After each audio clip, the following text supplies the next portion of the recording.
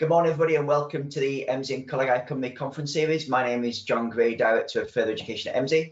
I'm delighted to be joined by a great panel of guests today for our second webinar in our series, which will be led by Iestyn Davies, Chief Executive of ColegauCymru. Before I hand over to Iestyn to introduce the panel, if you have any questions in today's session, please add them in the question panel in your chat panel on the right-hand side of your screen, and we'll try to get some of those at the end of today's session. But for now, I'm going to hand over to Iestyn, and please enjoy the session today. Well, diolch yn fawr, John. Good morning, everybody. Croeso. This is, as you heard, the second of a series of 4 webinars. I've learned a brand new Welsh language word for those of you who are Welsh learners or Welsh speakers. And the Welsh word for webinar is gweminar. So I think I'm going to use the word gweminar from now on. It sounds much more fun. Not quite as much fun Andy Durman has popped ping the Welsh word for microwave. Well, croeso I bawb. Special warm welcome to this virtual meeting in Wales to Andy and the team from Emsi. Around the virtual seminar table this morning, or gweminar table, we have Dr. Barry Walters from Pembrokeshire College, Karen Phillips, as many I'm sure you'll know, is the Chief Exec of ColegauCymru. And actually the newbie around the Principals Forum table, which is Yana Williams, recently appointed. Yana, it seems like a long time now. A lot has happened in the number of months you've been with us, but Yana is the Chief Exec of Coleg Cambria. So croeso mawr chi gyd, welcome to you all. And hopefully we've all had opportunity to reflect on the real 4-course meal of data and information we received earlier this week and had a chance to digest it now. And a picture being presented of a very changing and a very dynamic economic and obviously a social and cultural environment because of the real forced changes brought on us around COVID-19. But of course, as we heard earlier this week, the prevailing economic and social and technological changes that have been going on for some time are also driving change and then impacting the life and experience of you as colleges, but also more particularly of your learners, your students, and the businesses and the communities they represent. So it's in the backdrop of that data, we are going to have a look at the key questions perhaps that are facing chief execs and senior leaders and college management, and hopefully then from that give you as panelists and also obviously as people participating in this webinar an opportunity to reflect on that for curriculum planning and adjustments to how programs and SSAs are being delivered. So let's crack on, and I'm going to go to Yana in the first instance. Yana, if I may, and what do you see are the key challenges facing your individual college at this point in time? Thank you, Iestyn. I think our current challenges are probably around the uncertainties and the lack of clarity in some cases as well, in terms of expectation for our students, that lack of clarity for our employers in terms of what they need in their future planning, from upskilling through to apprentices as well. So I think where organisations like ourselves are used to kind of constant change and constantly responding, that's fine. But I think in the outskirts, the areas who we work with who are not used to that, that's quite challenging. So I think things such as award bodies are finding something which traditionally is very structured and now is having to change and quite challenging. The knock-on effect for us is that. And that means for us the considerations about recruitment throughout the year, from apprentices through to our new intake of 16-year-olds, but also where our students go to when they leave as well. So that planning for progression for our students, and whether we set that up or whether because of the potential lack of jobs out there, or whether we work close with organisations we haven't before to help that progression as well. So I would just say uncertainty and lack of clarity are our real challenges at the moment. Barry, as well as obviously a chief exec of a regional college in Pembrokeshire, you're also the lead chief exec for a work-based learning consortium. Do you see that there are any different challenges facing FE as opposed to the kind of the work-based learning delivery model that you also lead on? Yeah, thank you, Iestyn. Yeah, absolutely. In response to this question, I jotted down a couple of things. From an FE perspective, to me, we've got a huge challenge in keeping learners engaged. And the reason for that is, as like many colleges, we've sort of changed our delivery mechanism to be part remote and part face-to-face. Well, we've probably gone a little bit further than most colleges, and we only have students in 1 day a week, and everything else is live online learning. So we restricted the sort of footfall to about 25% of the normal footfall. This is the way we think we can manage it. And manage the hopefully non-spread of the virus in this college campus. It does have a knock-on effect, though. We know that FE learners are different to school learners. School learners are in full-time. Some learners want full-time face-to-face. Some of the lower-level craft learners are struggling to stay engaged. So, we like every other college in Wales, we've issued laptops to learners, and they're accessing their learning from home. If they can't because of connectivity issues, they are entitled to come into college and use our large open area directed study area to learn. But the important thing is that we engage these people and we don't lose them, they don't become disengaged. So that is one real challenge from an FE perspective. You mentioned the alternative mechanism for education and training through the apprenticeship scheme. That has been very challenging. Talking before coming on, and Karen was referencing the number of learners who've been furloughed, apprentices been furloughed. We don't really know where we're going with those candidates. And knowing how many of them will have a job at the end of it all is also a real concern. But again, likewise, like the FE sector, we're using digital technology to support. You cannot operate in the same way as face-to-face. But it is an alternative mechanism for keeping in touch, supporting learners, putting the underpinning knowledge in, and trying to help keep them on track. If I can just say the final thing in terms of a challenge that I think we're facing is providing industry-related training, which has dropped right off, and providing the support for businesses whom we work with throughout the years. Through lockdown, that has been a really challenging issue for us, but we do see it as a fundamental part of our role going forward, and no doubt this will come up later in the discussion, I would imagine. Diolch, Barry. Karen, ColegauCymru, as the name suggests, is a college that serves some of the communities in Wales that have already over the last decades been impacted by deindustrialisation, technological change, now obviously the challenge of decarbonisation, and have a very, very strange relationship, from the valleys communities into the growing city of Cardiff. Are there any particular challenges that you can identify from ColegauCymru? Well, I think I would agree with Yana and Barry about the challenges they've already outlined. There's, of course, the ongoing disruption to learning when we have self-isolation protocols, which, of course, are for everyone's safety, but that can mean that groups of learners at any one time are taken out of college for 2 weeks. And whilst in subjects that are easily taught remotely, learning can carry on, where they're very practical in nature, that means missing out workshop sessions. But I think one of the things I would highlight is that the change that this has meant for our staff. Our staff have had to work in a very different way. First of all, with 2 days' notice in March, and then, of course, we spent the summer trying to prepare for a different way of delivery from September. And I must say, they've been absolutely magnificent, but it has meant an awful lot of upskilling. It has meant changing the method of delivery dramatically.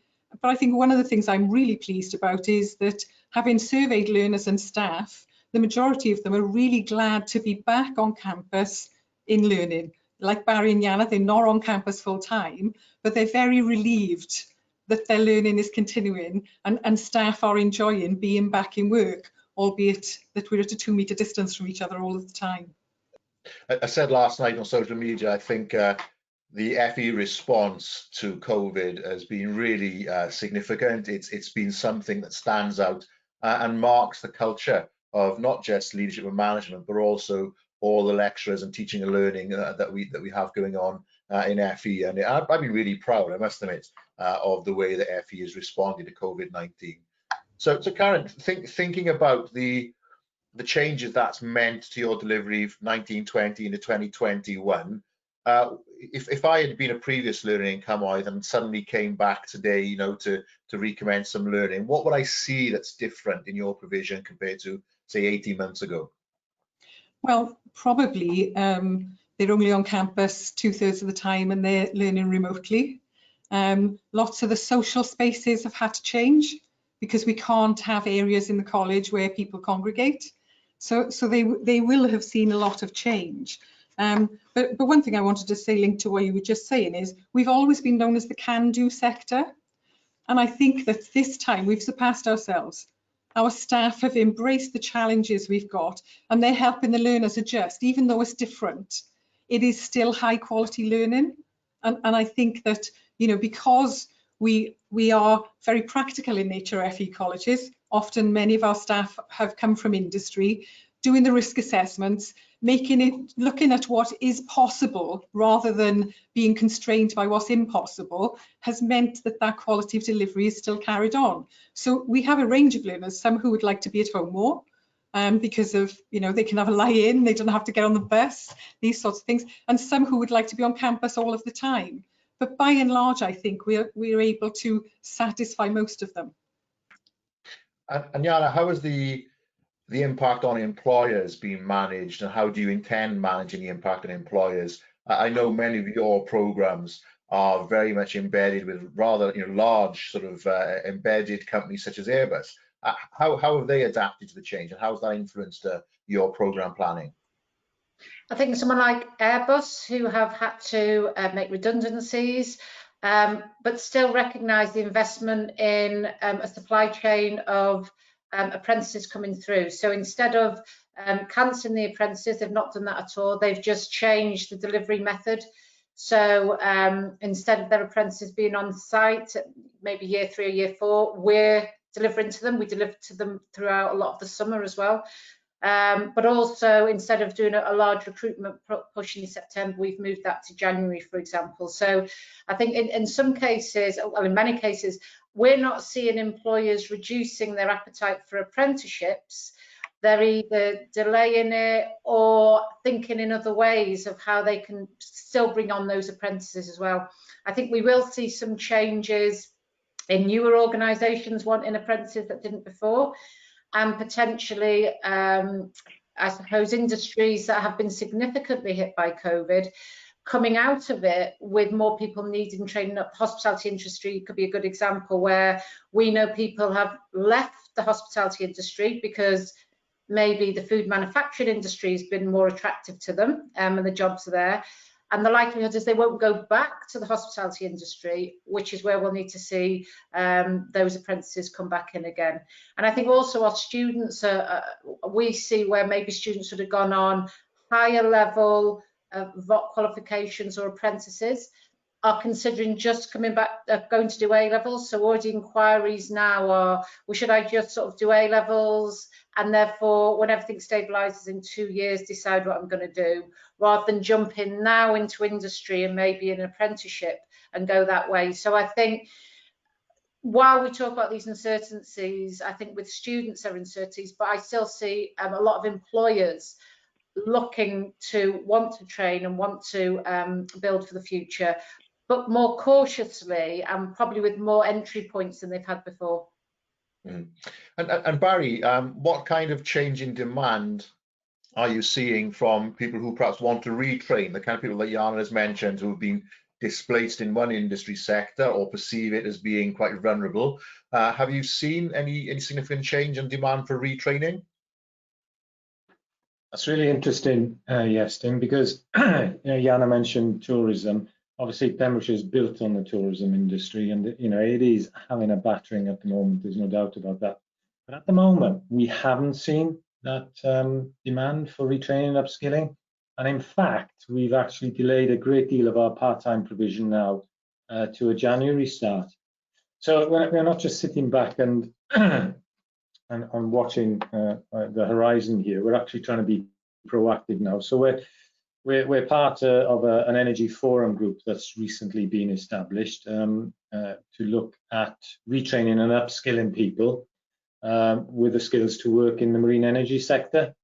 You're obviously aware there's significant potential developments in relation to floating wind, tidal, green or blue energy now, as it's referred to, and the opportunities for employment that will come from this. So we're trying to be a little bit creative on that front and look to set up training opportunities. The problem is, of course, we've got a major shutdown coming in the refinery, which also will have an impact in terms of pulling people in.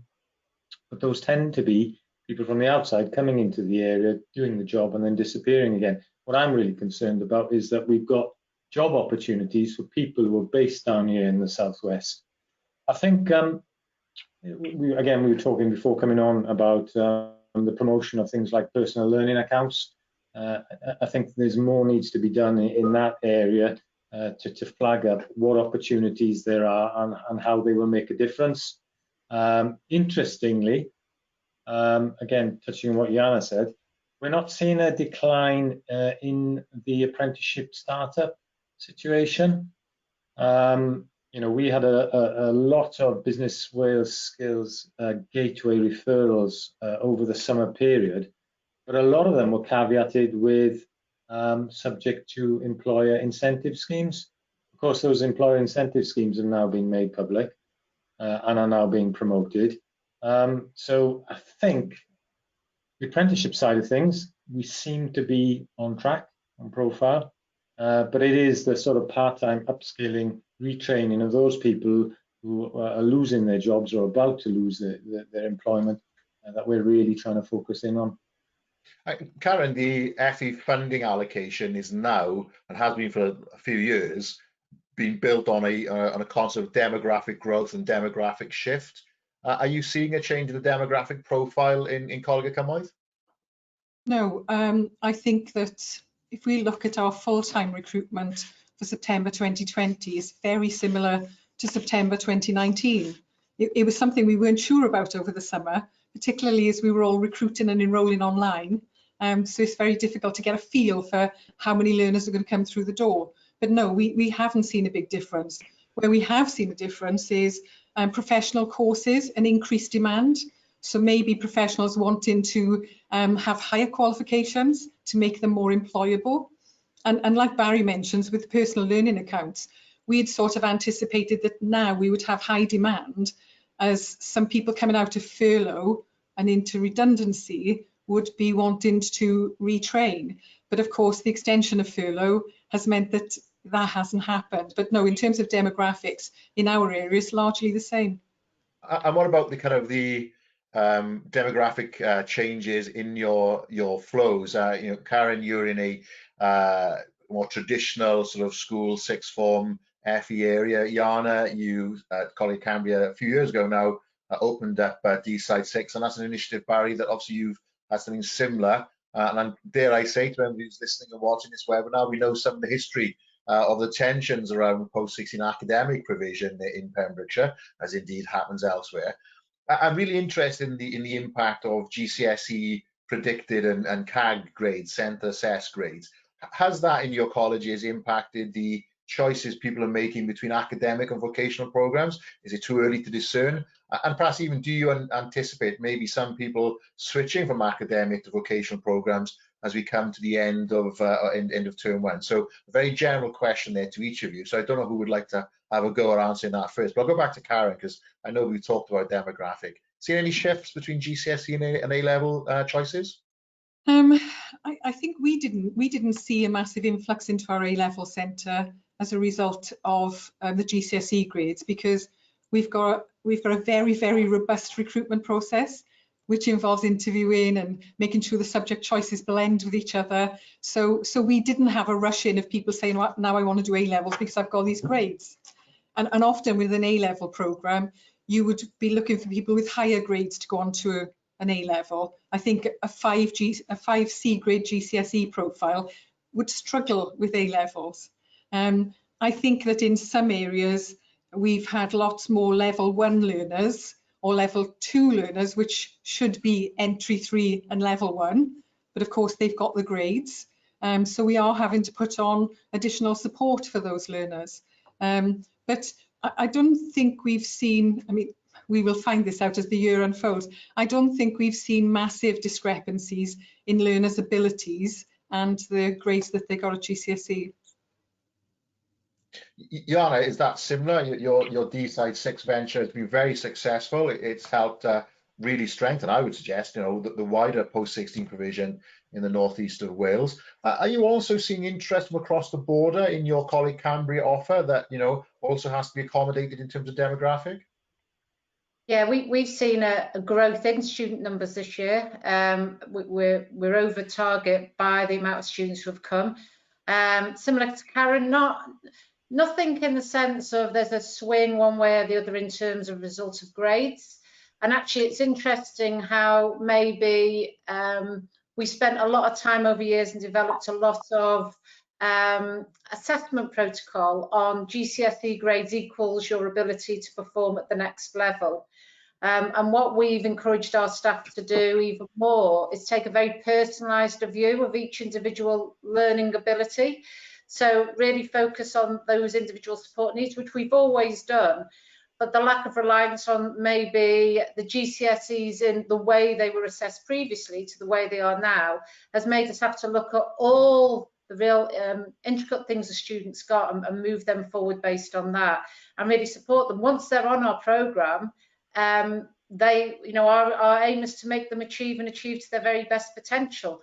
And it's about how we work with them on that. And I think you're right, the outcome in maybe a year or 2 years of these students will be really, really interesting.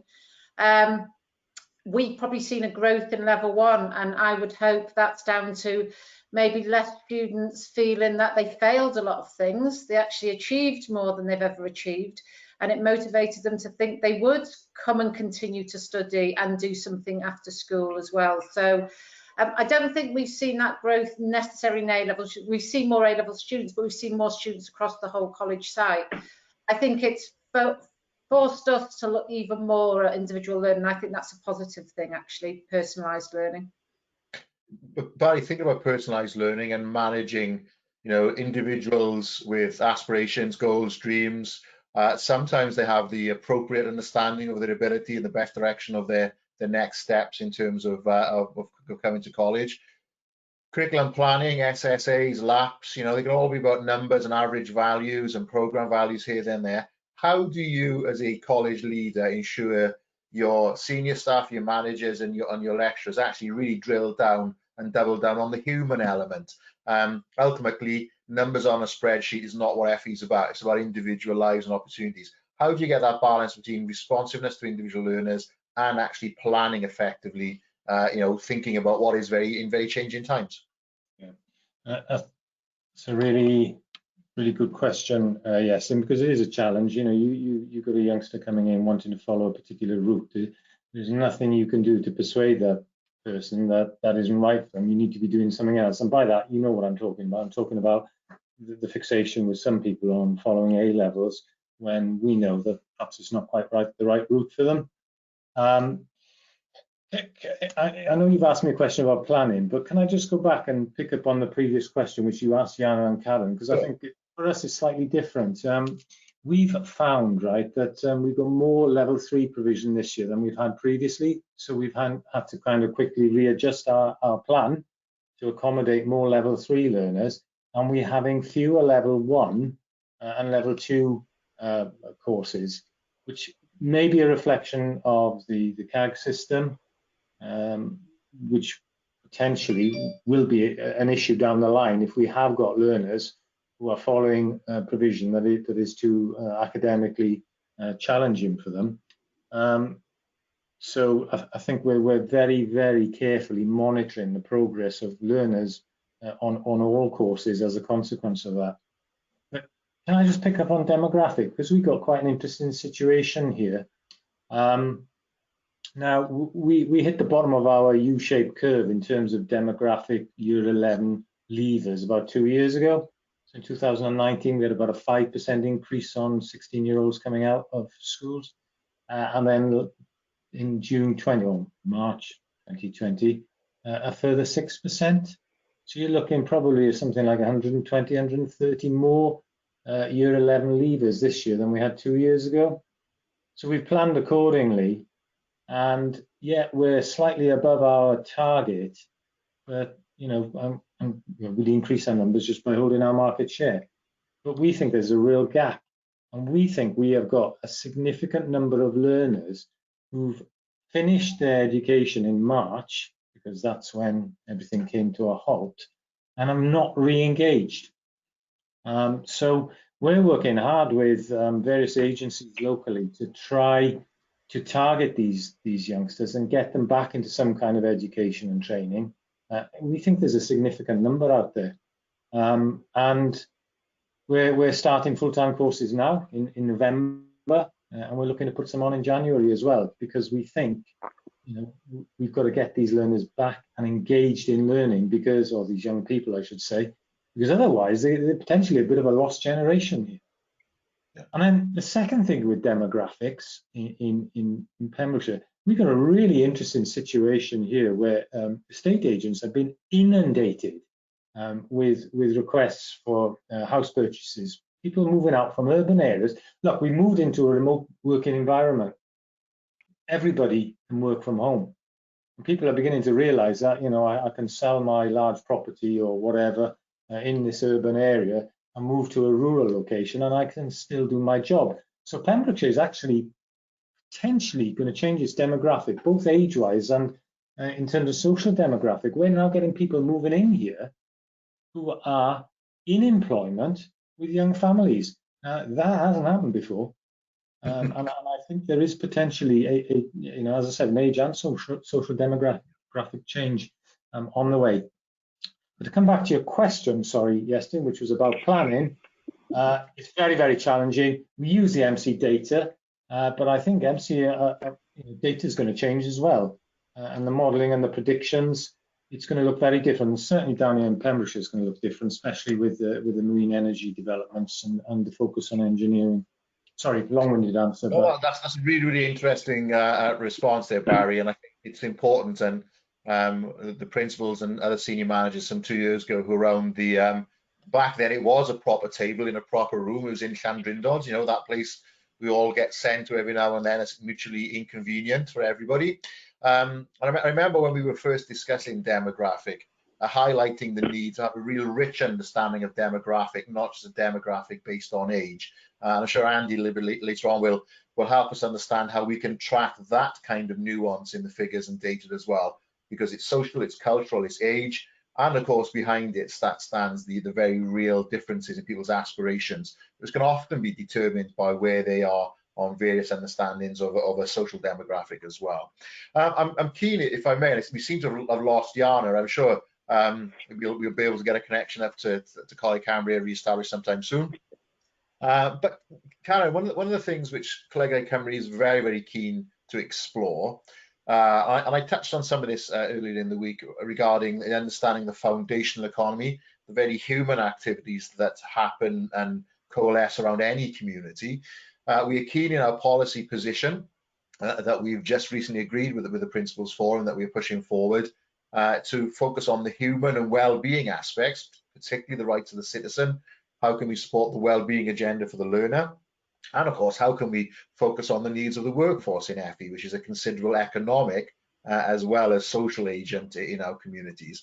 And I'm just wondering, have you given some thoughts, Karen, and indeed Barry as well, to how you can establish what we often refer to as a well-being economy?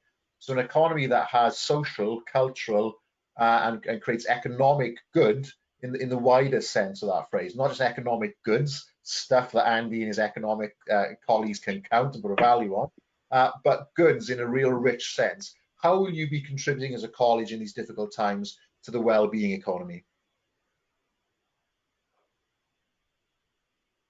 I'll go to Karen first, go on. Both Barry and I were waiting then to see who's the question for. I think it's interesting, isn't it? This is a big conversation. In the original lockdown, which lasted much longer than any of us anticipated, there were some serious losers. And they were often people on 0 hours contracts, casual work, and they found themselves in a really precarious position. And lots of organisations are talking about the need to build back better, Build Back Better was the theme of this year's CBI conference. So it's something that employers recognise. I think that one of the things we often forget, because we are publicly funded, is we're also quite a major employer in all of the areas where we're based.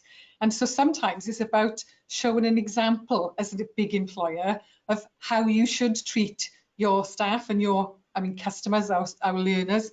And so one of the things that we did was we concentrated very much on the well-being of our workforce and our learners during the first shutdown, and we've carried on that. It's really important that at the end of all of these things are people, and you have to understand the impact on them. You know, for some people, social isolation, for others, fearful of going back to work, others, financial difficulties, because even though we continue to be funded, maybe they had family members who lost their jobs. And I think that is going to lead to a more responsible society, where we all think that, hang on, everybody needs to be looked after. That's what I hope anyway. And so in some ways, and I think we do this well in FE, it's about educating our learners about how important community is, how important that wider contribution is in whether they're working, whether they're studying, that they've got to think about other people. And I think that, I hope that, you know, there's a vaccine on the horizon. Who knows how long it'll take to get that deployed, but I hope that what we will all learn from what's happened is it's the people that are important, and that's all people. And so it's really important that we build back better. Yeah, Barry, Wales has taken the view for some time now that all learning pre-16, you know, under the GCSE phase key stage 4, 16 to 19 is encapsulated in the concept of the Welsh Baccalaureate. It gets a bad press sometimes, the Welsh Bac, but it does try to capture the more holistic view of the individual learner. Do you think there's a danger that that concept could be lost at the moment? We've had to make some changes to the content of learning programs, particularly in the vocational space. Is there a danger that we could be squeezing out well-being? And if so, how would you make sure it stays within your planning context? Okay, yeah, and thanks, Iestyn. I'm in danger here of repeating some of what Karen said, so I'll try and focus away from that.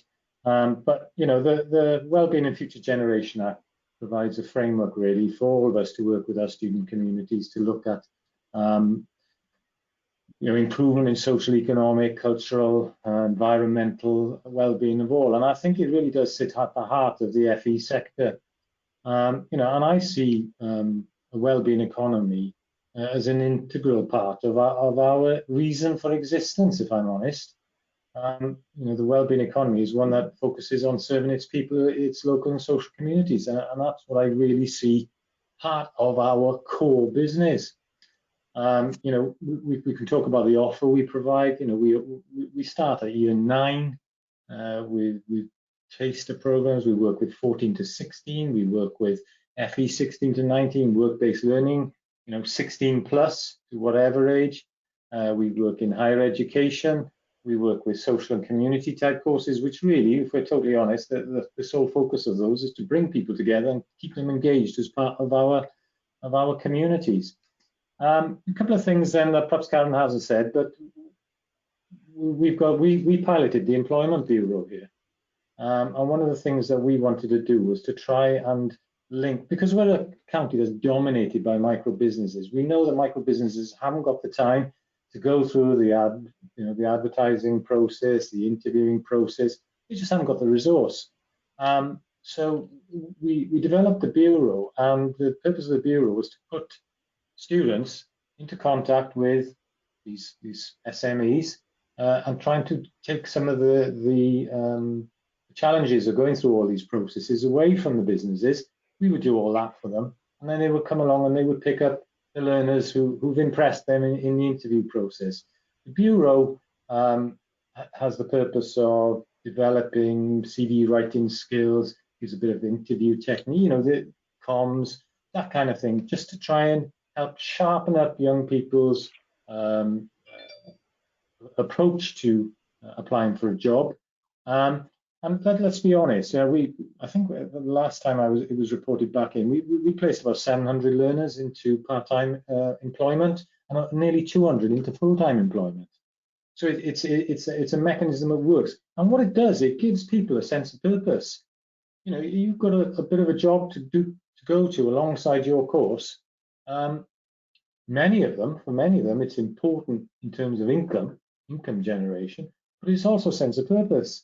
You know, and part of your well-being, you know, you've got a job, you've got a commitment to a small business to go and work. The other thing I'd like to say, and again, I apologize if I'm now touching on what Karen's already said. You know, we moved to online learning in a matter of a week. We've been delivering online learning for about 10 years, so we had the infrastructure in place and we could do it, and it worked. But it only works if you've got a whole array of support mechanisms in place to work with your learners and your staff to keep them on board. We were doing, like many other colleges, like all colleges, I know I've heard it fed back in various meetings, you know, surveys with our staff, and staff are feeding back that they're feeling low about something, or they suffered a bereavement during lockdown, which had a huge implication when they couldn't share the burden, you know, and talk it through with people. So we recognise that sort of online well-being support was absolutely crucial, both for our staff community and our student community. And then finally, I suppose there are a number of groups in place down here in Pembrokeshire, the Community Wellbeing Resilience Group. We've got a COVID-19 Community Economic Recovery Group, you know, and we're part of those. We work with other representatives from industry, bodies and agencies to try and cater for the best interests and the needs of our local communities. So, Andy, you've heard there a very, hopefully very dynamic, diverse in some instances, but in some areas some very similar challenges facing each of the three very different colleges and the communities they serve. I sometimes feel, and this might be more of a reflection about me and my values, perhaps my own prejudices, that, you know, we hear the phrase, don't we? Well, what's the problem? It's the economy, stupid. But, you know, I'd be really inclined to say, actually, the problem is the stupid economy, because an economy that can't cope with an understanding of social, demographic, human elements, and just simply sees people as units of production and units of resource, that's a very stupid way, I would suggest, of understanding the economy. Can labour market intelligence give us the kind of granularity and human interest and human understanding that allows us to go beyond this very binary, you know, X plus Y equals Z kind of understanding of economics? Yeah, no, interesting. Just checking you can hear me, because I had a few sound problems there. Good stuff. Sorry, guys. Yeah, that's a really good question. I think is really important, and you know, one might look at Emsi as a data company and think we fall into that bracket, but I think there is soul and passion behind that. I promise you, and part of, you know, hopefully what we're doing here collaboratively is about trying to tease a lot of that out. I think to build on what where Karen was going with one of the points, you know, sometimes it takes a bit of a crisis and a disruption like this to actually help us understand what's broken, first of all, that needs to be fixed, but also what we value most, and starting to think a little bit differently about work and where work happens and what work is. And I think one of the things that we've certainly been pressing on is, whilst yes, of course, we want to illuminate what's happening and cut through the noise of, and try and bring us, I suppose, more of an independent view. Of course, the goal is to bring it to you, to bring the colour of the knowledge of your communities, because the data doesn't have all the answers. It's cold. You know, the joy of it is it's cold, it's independent, it's specific, but it's how you guys interpret it and use it that makes the data valuable or not valuable, quite frankly. I think one of the things that we've certainly been pressing on, this is a global thing, certainly led by colleagues in the US, where I think there's a lot of the similar tensions about things, is really about how do we start to go beyond industries, occupations, and thinking of putting things into boxes and think about the labour market in more fluid terms, because that's quite frankly how it really works. You know, to Barry's point about the Bureau, you know, ultimately, and I think this revolution in business, and something I hope we try and practice, and I try and practice as a business leader, is yes, it's about skill sets and necessarily knowledge, but it's also about mindset, attitude, and fit. And you can't.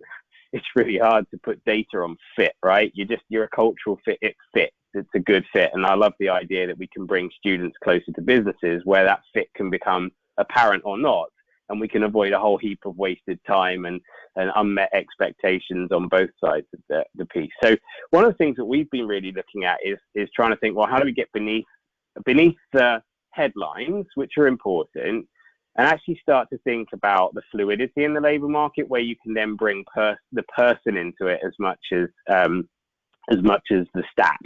And I think the challenge is helping individuals really truly understand what skill sets and aptitudes they have. And this is really hard because it's becoming highly, Barry talked about personalized learning. This is like truly personalized, not just learning, but career planning and so on and so forth. And so illuminating that skill and aptitude level has been a real big part. And we've done a lot of work to sort of look to the labour market to say, well, come on then, how do you define what you're seeking? And how do we help employers, instead of look for, have you done this job before? Have you got this qualification? Because it worked in the past, so it must work going forward. Is more a case of saying, hey, what skills am I looking for? So when I say I'm seeking someone in a particular role, what actually am I seeking beyond just the job title? And so breaking it down into those constituent parts, and then thinking about how do we empower individuals, whether young people or older people. And I think this is actually a real critical part to helping people already in the workforce work their way through to successful, sustainable careers, is really then recognizing the skills I've built up through my education and learning and bring that through. So how do you use data? Data perhaps starts to, if working at a more detailed level, allows you to bring a bit more fluidity and context into the narrative than simply seeing it as binary 1 + 1 = that job. Fantastic, Andy. And I know Andy and John, you'll be able to take questions and queries offline regarding the Emsi services and how even to make the best of the packages College is already subscribing to. But I've noticed, and I'm going to run on a little bit past our finish time, John, if that's okay, because we've got 119 people logged into this webinar, or this webinar, as I learned this morning, and actually the number's increasing. It's actually not decreasing during the hour. We're clearly doing something good. So I'm just going to borrow a few minutes if I can, John. Are there any questions coming through in the chat at the moment that we could maybe pick up with the panel? Yeah, a couple of really good questions. So the first one, is the FE sector actively establishing or identifying new quality standards for remote learning? Is it sufficiently sharing good practice? And if not, how will it do so? Should this be an area of cross-sector working for HE and FE? I think it's a really, really good question given the prominence of online learning now. A very good question. I'm going to go to Barry on that, because as Barry pointed out, Pembrokeshire College was very much in the vanguard of digital and blended learning in FE.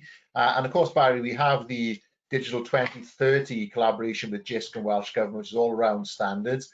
How do you see standards informing what staff can do and deliver, and how will that impact on your offer going forward? Yeah, that's a good question, because yeah, I think we've got a little bit of a journey to go on standards on e-learning. For all of us, we've learned new things since March the 23rd. From some really bizarre situations with some of the classes that have been taking place, to the fact that we're now very conscious that sometimes we're teaching to our student groups when we can't see them, or we're teaching to the student groups and the parents are sitting in. So there's a whole host of different issues now that we need to take into consideration and plan moving forward. And yes, we do need to sort of identify standards that we can all work towards. We've all got our own protocols and processes to follow with online learning. But it is very different for many staff who, for many years, their classroom has been what they have been in total control of. And I don't think it's quite the same anymore. It is a different environment. I tell you what I do see though, Iestyn, is that going forward, we've invested far too much time, effort, resource into a blended learning approach to simply go back to what we were doing before. Moving forward, there will definitely be remote learning as part of our mainstream college curriculum delivery. The percentage of face-to-face to online, I think, needs to be adjusted appropriately at the right time, but it is definitely going to be a feature moving forward. And for us, in a rural location, we're 1 day a week. We've got kids who come in now, they're leaving home at 7 o'clock in the morning. We've extended the college day to try and pack as much face-to-face in the 1 day they're in. So they don't finish till 5, and then they don't get home till gone 7 o'clock again in the evening. So it's a long day for some of these youngsters. It sounds, John, as if adaptation is going to be key to this process, alongside some professional standards. And I do love the idea of a college now doing bog-off deals, buy one, get one free. Johnny or Janie is watching, and then mum and dad or parents or significant others are also tuning in as well. I must remember to get you a countdown on the tour, okay, so I can claim credit for it from the Welsh Government and get it funded twice. John, any more questions? Yeah, we've got a couple coming through, but probably just time for one more, and then we'll try and answer the others offline. So the next one, are all colleges being encouraged to sign the Sustainable Development Goals Accord, low carbon economy and the social wellbeing economy? How is the language of sustainability finding its way into every course and training programme? Because I can see Karen's really looking forward to answering this question, I'm going to go to her first, Yana, and then I'm going to come to you, because your operating environment is with industry that's very, very carbon focused, aeronautics, obviously traditionally, and the automotive demands around sort of over the border into England. So first to Karen, in the very first carbon community that was Cymoedd, the valleys, what are you doing around really sort of being affirmative about applying sustainable development goals and the principles of ecological and economic development? I guess that one of the difficulties of COVID and operating in a post-COVID world is lots of the things we gained in terms of sustainability and how we operated as a college have gone backwards, because you've now got things that you throw away. You've had to turn off water fountains, and there's lots of things in the way we're operating as a college, which is disappointing, because we were making massive strides in terms of sustainability, both with how we were building our buildings, how we were operating our buildings. And so there's a need now for us to get back to that. I mean, sustainability is a key part of the curriculum. It's definitely embedded in the Welsh Baccalaureate, so we mustn't forget it. But at the moment, health and safety is sort of trumping sustainability. So if people need disposable masks because that makes them safe, we've got to give them disposable masks. If it's not safe to have water fountains with people touching, hundreds of people touching them, we've got to turn them off. So yes, sustainability is very important, and we need to do some work on this, but at the moment we're concentrating on the pandemic and keeping people safe and keeping infection rates down. So finally, Yana, colleges as a means of helping businesses and industry change and adapt themselves, a whole seminar in that in its own right. But briefly, how do you approach engaging with your businesses and local community and reminding them of the need that we all need to live on this planet, and it's the only one we're going to get, we're not going to get another one? I think we have the benefit of our students being much more focused on this, probably, which is a positive thing. I think we have to come from two elements, one lifestyle and one future work development as well. So recognising that part of what we have to do is fit that lifestyle. Karen mentioned the masks, and one of the things we made a conscious decision was when we received money to make sure we gave everybody masks, they weren't disposable, they were all material masks, in the sense of, again, reinforcing to students why we were doing those things, and that encouraged them to be involved, but working with employers then to ensure that they meet the needs of what the future is in terms of training.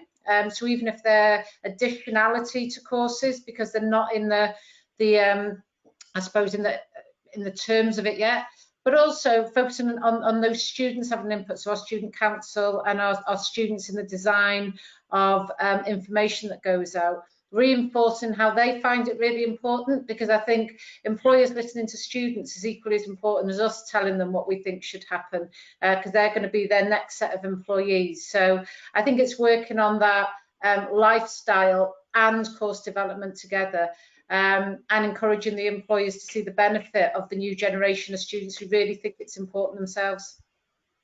Well, fantastic, everybody. Really, really good. I just want to thank Barry, Karen and Yana for giving us the view from the Chief Executive's office, and hopefully helping us understand how this is being driven from the very top at the moment, but going to be achieved obviously by full engagement across the curriculum, across the staffing cohorts. I want to thank Andy and John from Emsi. Really, really great to be working with you guys. I've enjoyed every interaction we've had with you. Whether that's over the last few years or in particular in the last few months as we've planned these webinars. Remember, John, Gweminar is the Welsh word for webinar. Yeah, okay? Iestyn, can I just jump in very quickly? And I just want to say a big well done to everyone. I think, as you say, you should be rightly proud of how further education has lent in at this challenging time. It's, you know, as an organisation that sits across a lot of different types of sectors, I've been super impressed. You know, relative to what we've seen in other areas. So I just want to say thank you and well done. I just want to offer up a note of encouragement while I've stolen the microphone, if that's all right. Which is, I think there's so much more value to bring to the communities that you can. I think you're doing a stellar job in doing what we can see in front of us right now.